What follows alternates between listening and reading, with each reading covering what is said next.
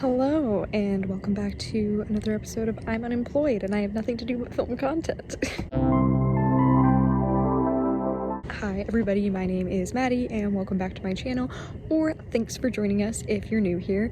Today, we are going to be binge rereading all of Finding Home because I got my copies in the mail. I had received the fourth one first, so I did read the ending because I knew we were really close to it. Then I got the first three today, so I got a little bit of work done on a research paper that I'm doing, and then I've decided, even though it's 9 o'clock at night, I want to read it all from beginning to end. It is really cool looking back at the first one and just seeing how much the art style has changed.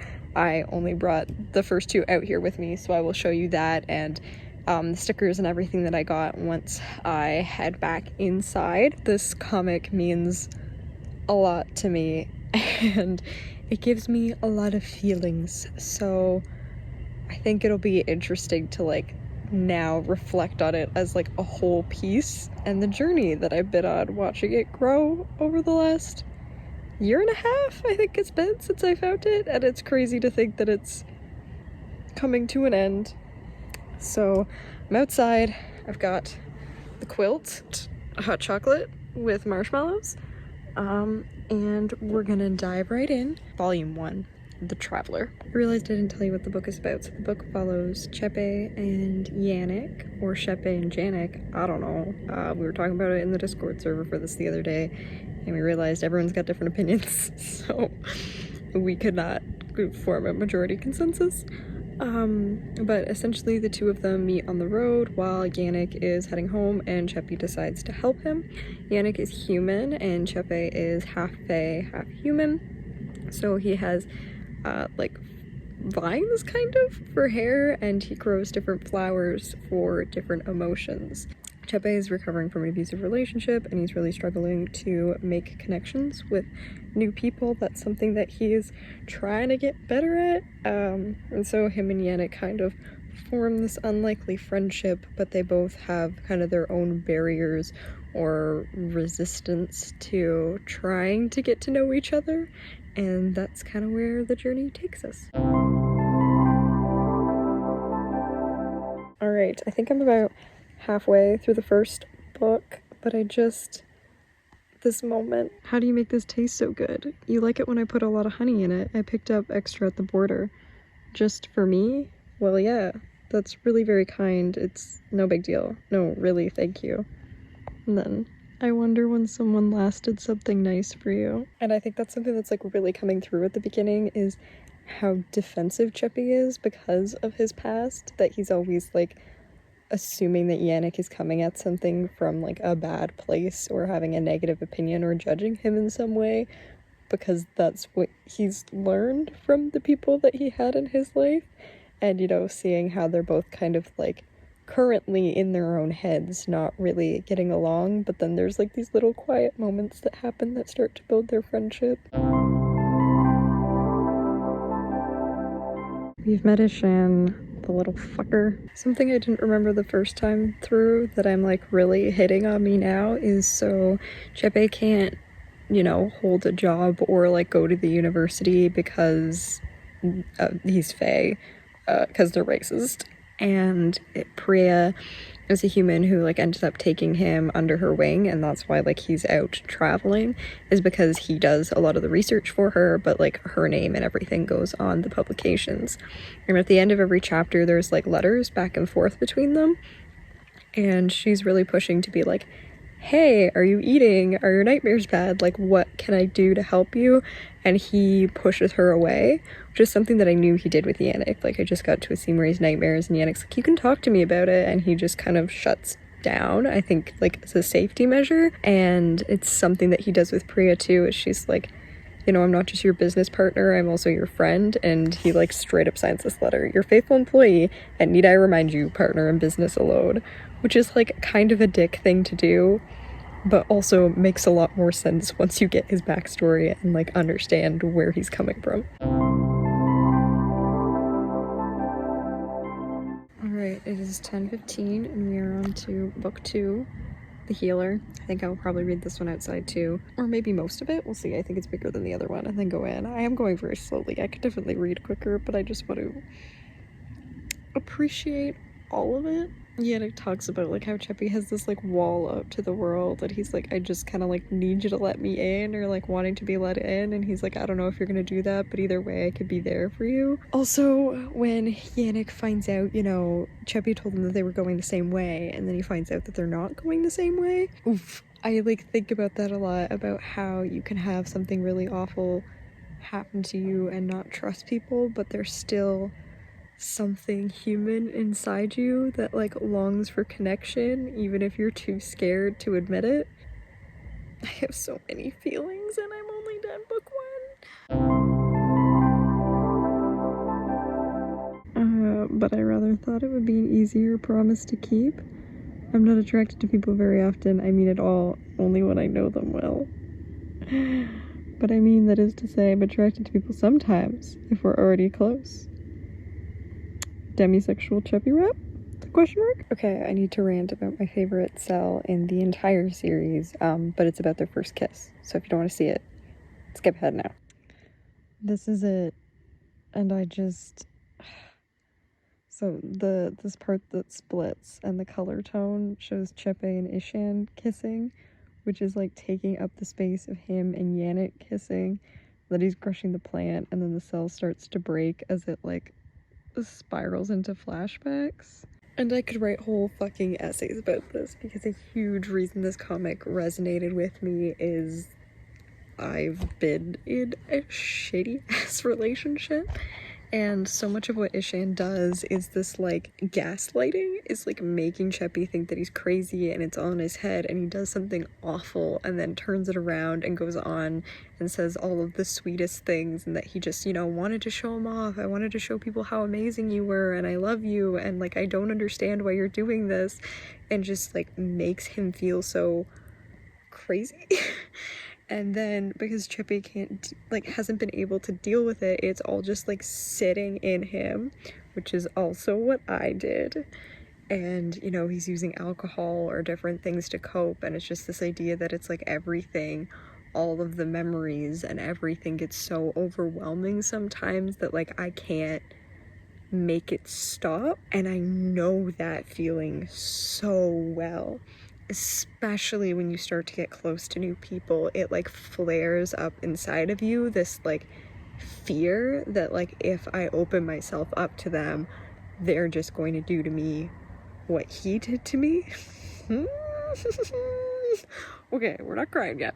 That's what means so much to me about this cell, because like he wants to kiss Yannick, he wants to be with him, he does care for him, but in his mind, he's still there. And like, that is the nature of like post-traumatic stress. That is like what it means to not, like, to understand that trauma isn't linear, and that it continues to live in you and impact your life and what is happening. And just the spiral that we see Cheppy going after this, and the ways that he's reliving a memory. He is both in the present and in the past at the same time, and in the past in a way that like feels so real to him. When I read this for the first time, I just stared at that cell, because there are times that I am with people and it feels like I am still with him, and it fucks with my entire life. So, Hari, thank you for drawing this, but also thank you for drawing that one cell. I could scream from mountains about how much I like this. I'm going to stop because I feel like I've already done a lot of talking and I'm not even done the second book yet, but I could write essays about it. I could write essays about that one cell of this comic and how much it fucking means to me. I can't. Okay, shit's gonna get bad now because I've read it, so I know what happens, so here we go. Okay, but the reality of when somebody gaslights you so much that you start gaslighting yourself, irrational. I'm not gonna blame you for having a panic attack. Grabs book. You're a doctor? What did you think it was? And then he says, I hadn't really let myself think it was a problem. I just thought I was oversensitive. Ugh. Fuck Ishan for being so mean to our boy, but also been there, my dude. Alright, speed run of some quotes and stuff since I just finished the second book. This one from Chepe. I feel like there's a rot eating away inside of me, and when it has festered and run its course, it will leave me empty. You know, that's not what love is supposed to feel like, but I'm gonna be saying been there too much, guys. I got trauma. Hey, if I don't laugh about it, I'm gonna cry, so it's fine. This one, why do you drink so much? I'm just a mess, now you know. Chepe, what do you want me to say? I didn't want to feel anything. There are things that happened that I don't like thinking about. It's as if as soon as I saw the bottle, I knew what was gonna happen, but I couldn't stop myself. That is the pinnacle of addiction, is seeing this thing and being like, I need this to cope, but also being like, I don't want it, and trying to deal with all that shit. The you underestimate me part is freaking incredible. Like, let's just, hold on. Just look it up. Look at our boy. The lighting is terrible. I might have to show you that inside. Oh, and this part when he reads him the book. I love you, and have for some time, she said, as the ship drew away from the shore, leaving the lights of Verbansik twinkling on the horizon. I realized I had already known. It makes me have so many feelings. And at this point in the series, Chepe's not doing so hot, so he's finally like feeling cold, and all of these things that he couldn't feel as Fae. Well, as Fae, he's still Fae, but for reasons that have not yet been revealed to us, he's having a rough time. And I do just want to acknowledge something else really cool that Hari does with the art here. This becomes something more frequent in the last volumes, but like the way that this is articulated, Chepe's inner monologue, and like how overpowering the thoughts feel in the cell is like so incredibly done, because that's definitely what it feels like when, you know, there's a voice in your head, but it's like not yours, it's your trauma speaking to you and trying to keep you safe, and just like the blackness, the like chaos to it, the way that they do this is incredible. So time check, it's 11:30. I just went in to get a sweater and some sweatpants and some socks. I have way too many reading socks, I have learned. Got a little snack and some juice. I thought I was gonna head in after 2 because it is getting a little bit chilly out. I'm hoping I didn't get too many bug bites, but honestly the ambiance outside is pretty nice. And I think too, with it being a book with like nature is a really big focus, that it makes sense, you know? It's we gotta have the whole reading experience going on here, folks. But I did bring all the books out, so I will show you the difference in the art styles. Okay, so this is book 1. So this is, you know, what Chepe and Janek look like. There's another one just kind of to see the design change. This is book 2, which I think there's the biggest difference between 1 and 2. Let's see if I can find a picture of the two of them. So there's Janek, and I mean, it's not a great picture of Chepe, but there's Chepe, where you can see him on the cover here. I love the cover with this one. Again, the way that he does flashbacks and everything in this book, oh, so good. And then this is very, very last one. I got a picture that is the cover of this one, just without the text and everything on it, that's on my wall. And I did also get 2 little stickers that are of Chepe and Janek. If I remember, I will show them to you before this video wraps up. But yeah, just to like look at the 2 of them. I always think that's really cool with webcomics, to like, you know, see the little evolution of everything over time. So this is book 3, The Prince. This is the shortest one. Here we go.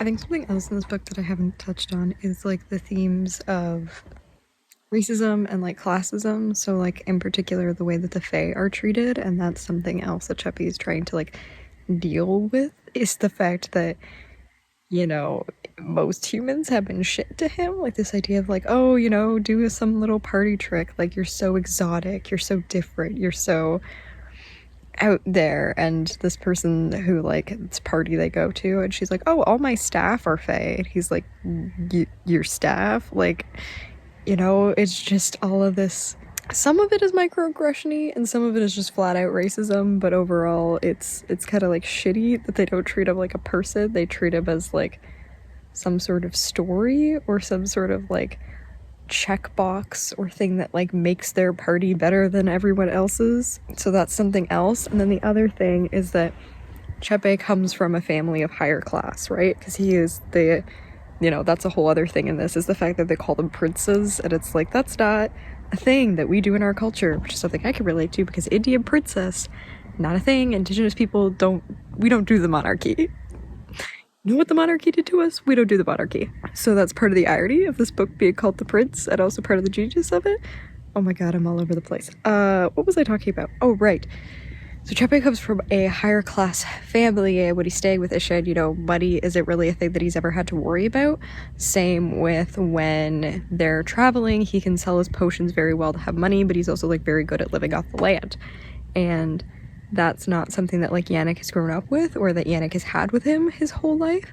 And that becomes like a point of tension for them within the book because it's not something that they talk about very well, but also Chepe in particular has like these internalized biases, you know, where he like doesn't know how to cook. He sees like Yannick's job as a chef as like a lesser job, not necessarily in the same way, but like, you know, that's something that they don't talk about and starts to like become like a seed that's kind of like growing in between them. So it's interesting how a lot of that like miscommunication and stuff really comes to a head now that they're in Urkesh, where Yannick is from. Just some more food for thought about why this series is great and you should read it.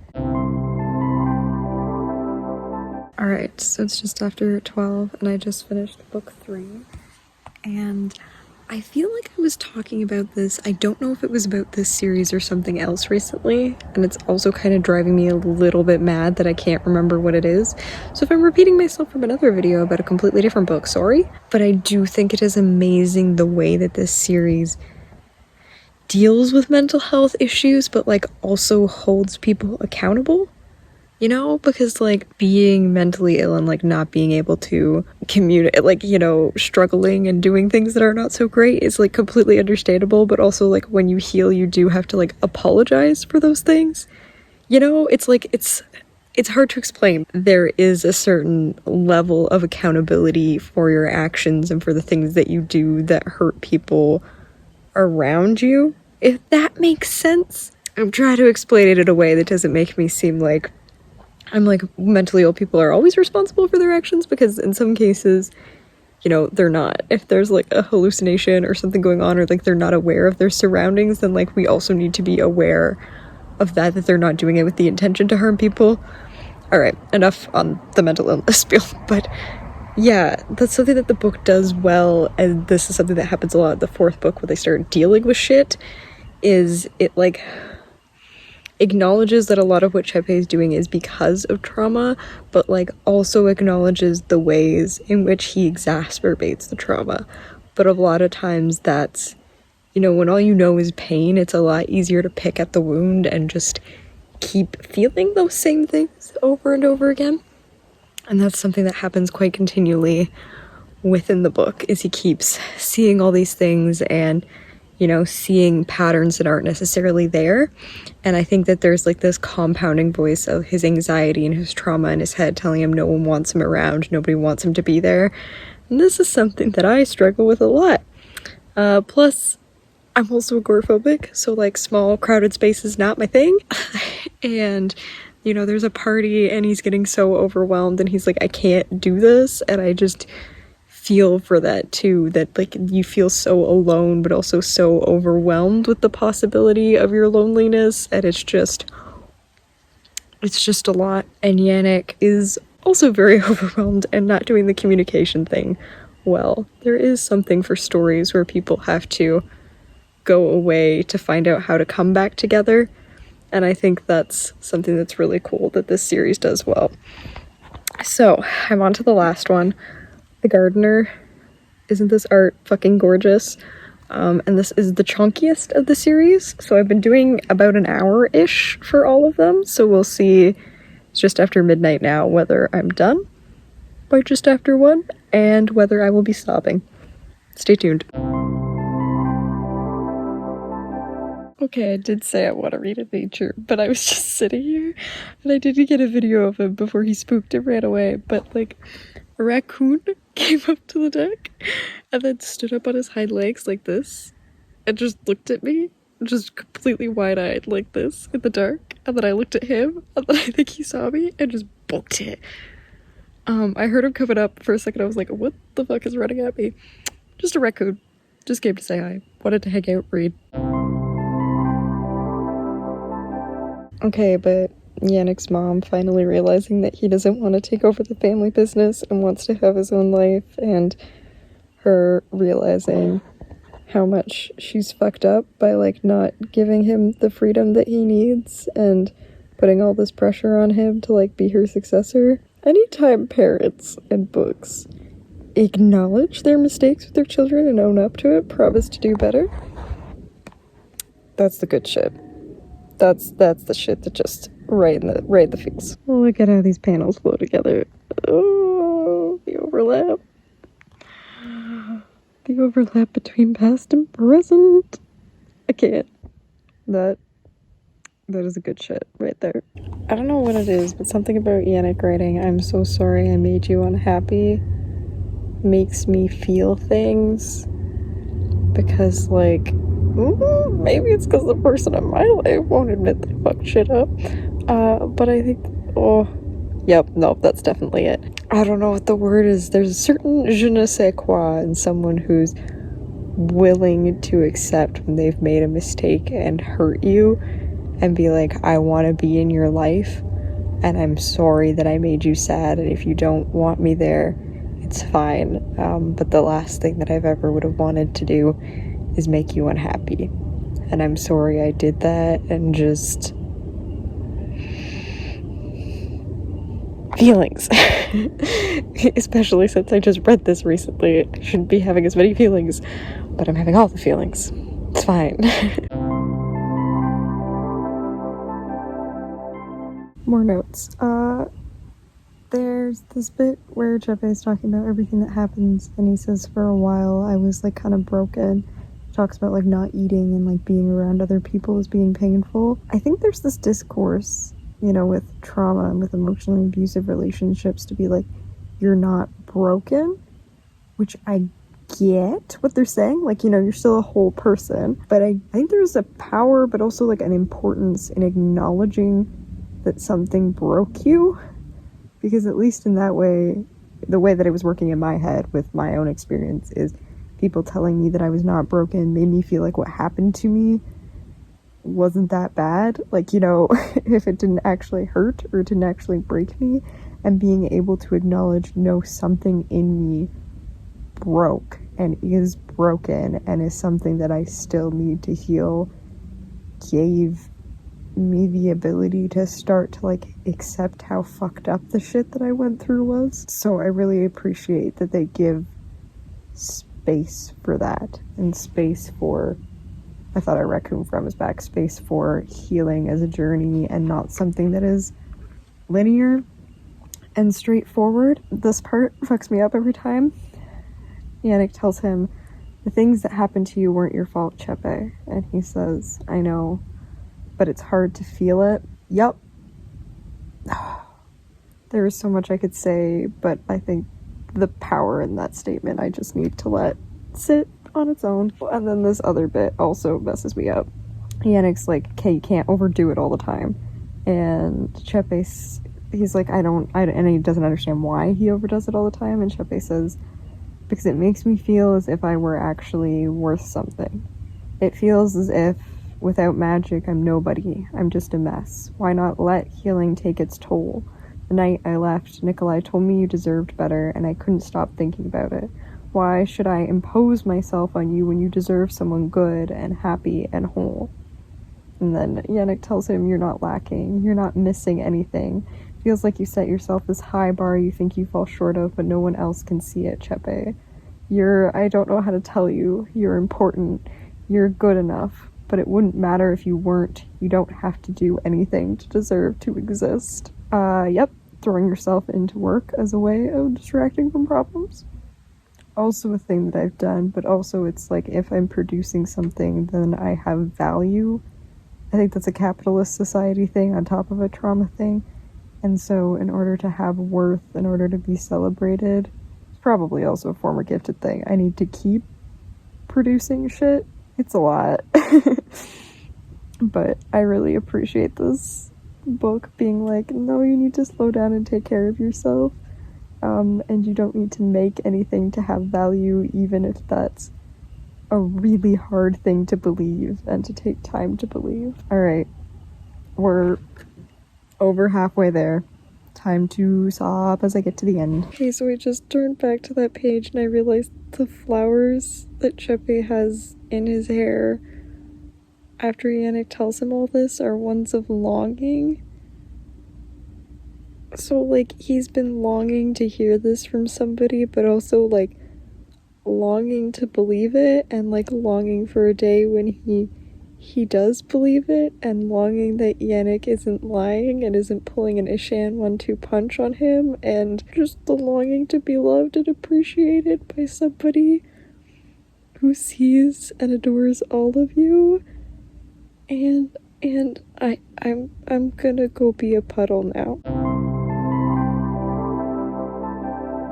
It is 1:41 a.m. and I am done. I'm gonna build up to the ending so I don't start crying. Yeah, the shift in flowers for longing, from like longing for something he thinks he can't have to longing for a future, that really got me. Also, I am so appreciative of the way that this book does consent and intimacy, and this fact that, like, yeah, maybe I'll be disappointed if, you know, we don't go home together tonight, but, like, also no two people want the same thing at the same time, so you shouldn't have to compromise for me. And especially, too, when it comes to, like, little things like touch and kissing and being like, hey, you can hold me right now, but I don't want to be kissed, and having Yannick be understanding of that. I feel like it's that, like, it's not even a liminal space, but society treats it as a liminal space, and there's so few stories that, like, show that fluidity in relationship as, like, a healthy thing in communication and importance. It makes it feel like, in society, it makes it feel like it's an all or nothing thing, right? Like, you have to want all of it or none of it, and you can't choose between the two. Well, actually, they're not that fond of none of it. But yeah, the fact that it's like, no, it fluctuates on your day and time, especially if you have trauma that's tied to it, and that's okay, and that's perfectly healthy, and that's really fucking awesome. Also, the way that Hari explores trauma being connected to, like, really little things, and really little things being really powerful. We see, like, Chepe put on makeup for the first time in forever, and this is, like, a huge thing because Ishan told him, like, it made him look feminine and he shouldn't really be doing it. And sometimes, like, it's those little fuck yous and getting, like, a tiny piece of yourself back from this person that, like, are the biggest things, which is really fucking awesome. Rem, I forgot that there was, I think I missed it when I read the ending the first time, that Chepe does get a letter from his cousin Rem. They took care of him when he was little, but they also took care of him after everything happened in the fallout of that relationship. And, you know, to have them be happy and be like, please tell me what's going on. Like, I want to know what's going on. I want to know all about it. Let me know. That was really fucking cool. All the little callbacks to the earlier comics that I think I picked up on now just because I read them all in one sitting. Like, there's a scene in the first book where they're stargazing, and Chepe's like, you guys call that the plow? That's so boring. This is what it's actually called. And then in the last one it said, Chepe's like, that's the plow, right? And Yannick's like, oh, you're so boring. And then gives him the Fae name for it, which is, like, really beautiful the way that everything comes together.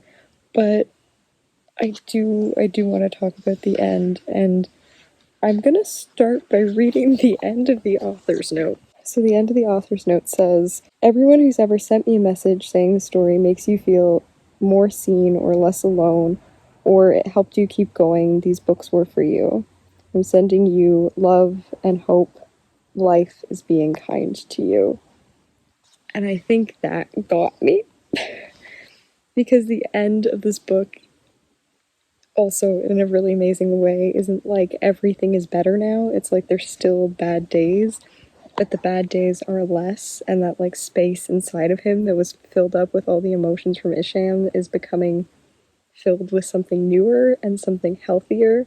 And there's like hope in home and love and like finding a place for yourself, finding home, where the title comes from. And I just think that that's really fucking amazing. But like also, as someone who has lived through an abusive relationship, it's really hard to find stories that get you to the other side of it and get you to the lived reality that this is always going to be a part of you, but it doesn't have to feel like the biggest part of you anymore. It doesn't have to feel like rot that is eating through the inside. Like you can get to a point where that space is becoming something else, and the beauty of that space becoming something else, and it is starting to rain.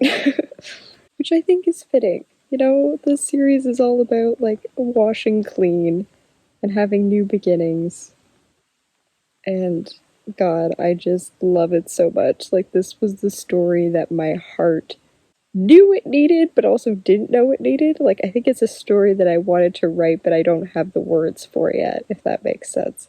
Because I'm still working on getting to that other side. And I think having a story where someone gets to the other side makes me a little more hopeful for the future and for the possibilities that are still out there for me.